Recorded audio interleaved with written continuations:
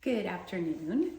This is Susie with Zero Proof Experiences here in my office today. I'm getting an office. Yeah, so it's blank right now. I'm hoping to add a little color as we go.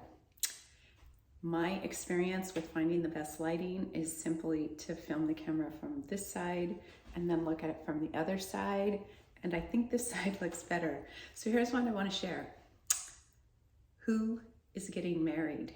Who is getting married in 2026? And the story starts when I recently attended a bridal shower, a great time to celebrate love, new cookware, and let's talk about the drinks. Let's talk about the drinks at the bridal shower. We have all been to bridal showers.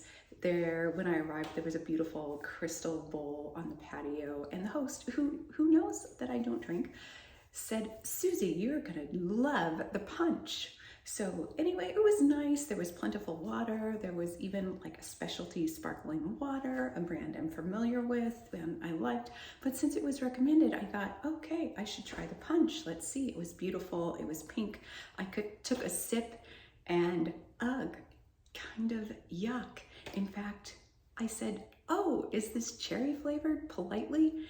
And the reason that I said that is because I think it tasted a bit like cherry cough syrup, and it kind of gave me a moment. I chuckled a bit and said, you know what? When you don't drink alcohol for a while, your taste buds do adjust, and it does not taste good.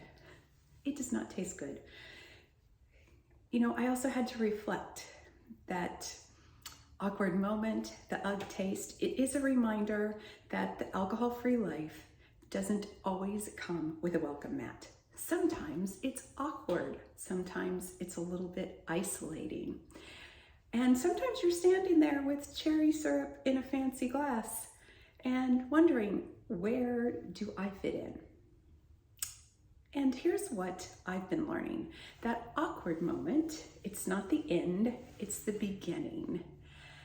And really, again, I just had to laugh. Here we are at a bridal shower with a couple of expectant mothers, and the signature beverage is vodka punch. Well, I guess not everyone has been doing the deep dive into that NA Vibe life for the past year or more, but many have, and that is the exciting part. There is a cultural shift. It is happening, not everywhere and not all at once. But for example, according to NC Solutions, a great big data company, almost 1 in 2 Americans are trying to drink less in 2025. That is a 44% increase from 2023. That's a lot. Again, not all at the same time, not all in the same place. Go to Austin, Texas, you're gonna feel quite welcome. Many parts of Canada, British Columbia, the welcome mat is out. The NA menus are stacked. You might see posters or signs around town in your hotel that say, come in, have a non-alcoholic drink. Nobody will blink when you order that spirit-free cocktail. In fact, hey, they're gonna know what it is there.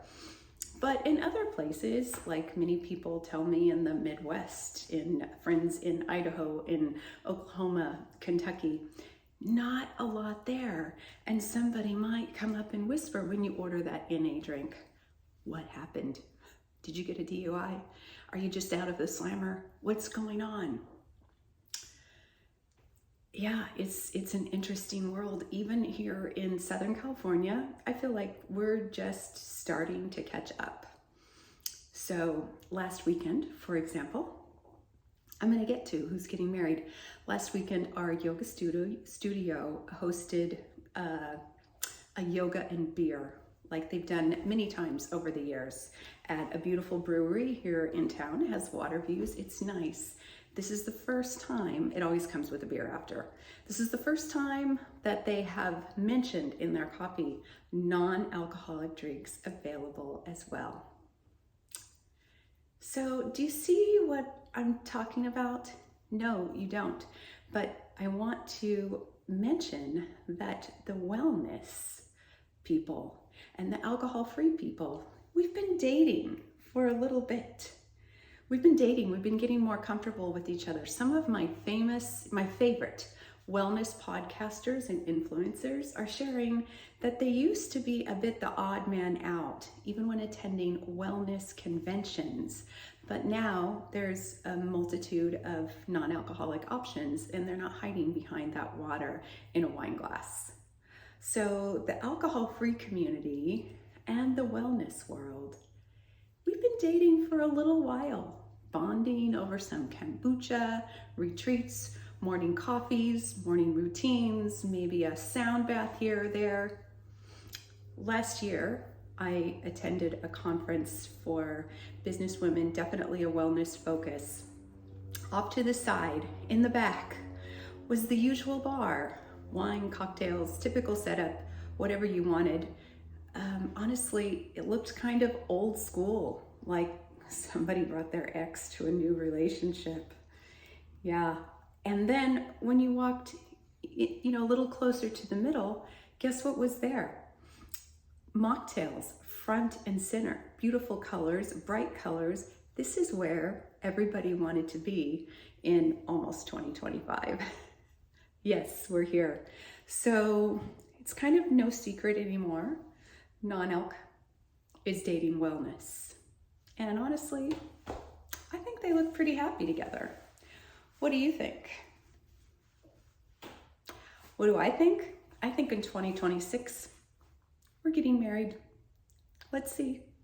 It's not fringe anymore. The non-alcoholic beverage market is growing about 18% a year. Wellness tourism just passed 1 trillion globally, growing at a similar rate fast. Now, we don't know when this wedding will happen, but maybe it will happen at Sober in the City, Colorado Springs. May 15 through 17, 2026. I mean, we've got the mocktails that taste amazing, conversations that don't stay small. A room full who get it, not because we're perfect, but we're curious, real, and we're getting ready. No asking for permission, we're setting the table. So just want to say no, you're not weird, you're not behind, you're early. And will I see you at the wedding? Cheers.